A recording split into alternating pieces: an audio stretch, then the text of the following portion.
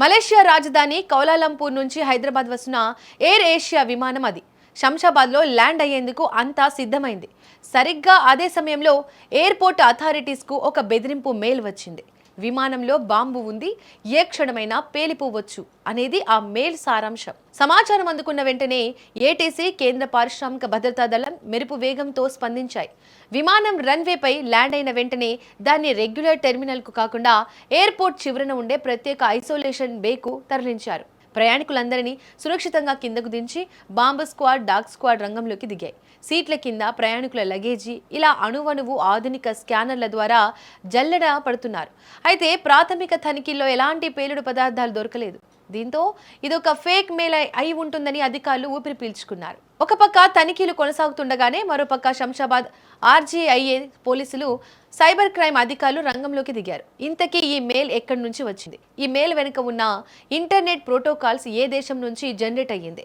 VPN వాడి ఎవరైనా fake location సృష్టించారా అన్న కోణంలో సాంకేతిక విశ్లేషణ మొదలుపెట్టారు. ఇది కేవలం ఎయిర్పోర్ట్ సిబ్బందిని, పోలీసులను పరుగులు పెట్టించడానికి, పానిక్ క్రియేట్ చేయడానికి పంపిన ఉత్తుత్తి మెయిల్గా పోలీసులు అనుమానిస్తున్నారు. త్వరలోనే ఆ సైబర్ నేరగాడిని కనిపెట్టి తీరుతామని చెబుతున్నారు. ఇక శంషాబాద్ ఎయిర్పోర్టుకు ఇలాంటి బాంబు బెదిరింపులు రావడం ఇదేం తొలిసారి కాదు. గత 2-3 ఏళ్లుగా ఇలాంటి ఫేక్ కాల్స్, ఈమెయిల్స్ చాలానే వచ్చాయి. అసలు విమానాలకే ఎందుకు ఇలా బెదిరింపులు వస్తున్నాయి?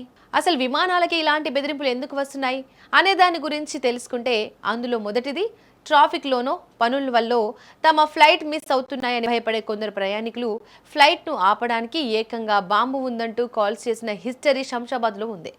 ఇక రెండవది, టీనేజర్లు లేదా ఆకతాయిలు కేవలం థ్రిల్ కోసం తమ మెయిల్స్ వల్ల సెక్యూరిటీ సిస్టమ్ ఎంతలా కదులుతుందో చూసి పైశాచిక ఆనందం పొందడం కోసం డార్క్ వెబ్ ద్వారా మెయిల్స్ చేస్తుంటారు. ఇక మూడోది, ఎయిర్లైన్స్ పై కక్ష సాధింపు చర్యలో లేదా భద్రతా బలగాల దృష్టిని మరల్చడంలో భాగంగా చేసే పనులు ఇవి. కారణం ఏదైనా సరే, ఇలాంటి ఒక్క ఫేక్ కాల్ వల్ల ఎయిర్లైన్స్ కు లక్షల రూపాయల ఇంధన నష్టం వస్తుంది. గంటల కొద్ది తనిఖీల వల్ల ప్రయాణికుల కనెక్టింగ్ ఫ్లైట్స్ మిస్ అవుతాయి.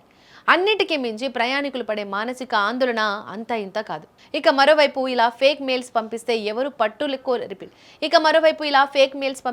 ఎవరు పట్టుకోలేరు అనుకోవడం పెద్ద పొరపాటు. సైబర్ టెక్నాలజీ ఇప్పుడు ఎంతో అడ్వాన్స్ అయింది. పట్టుబడితే మాత్రం ఏవియేషన్ యాక్ట్ మరియు కొత్త బిఎన్ఎస్ చట్టాల ప్రకారం కఠినమైన జైలు శిక్ష పడుతోంది. దానికి తోడు వారికి జీవితకాలం విమానం ఎక్కకుండా నో ఫ్లై లిస్ట్లో పెడతారు. ఇది ఏది ఏమైనా ప్రయాణికులు భయపడాల్సిన పని లేదు. మన శంషాబాద్ ఎయిర్పోర్ట్ సెక్యూరిటీ అత్యంత పటిష్టంగా ఉంది.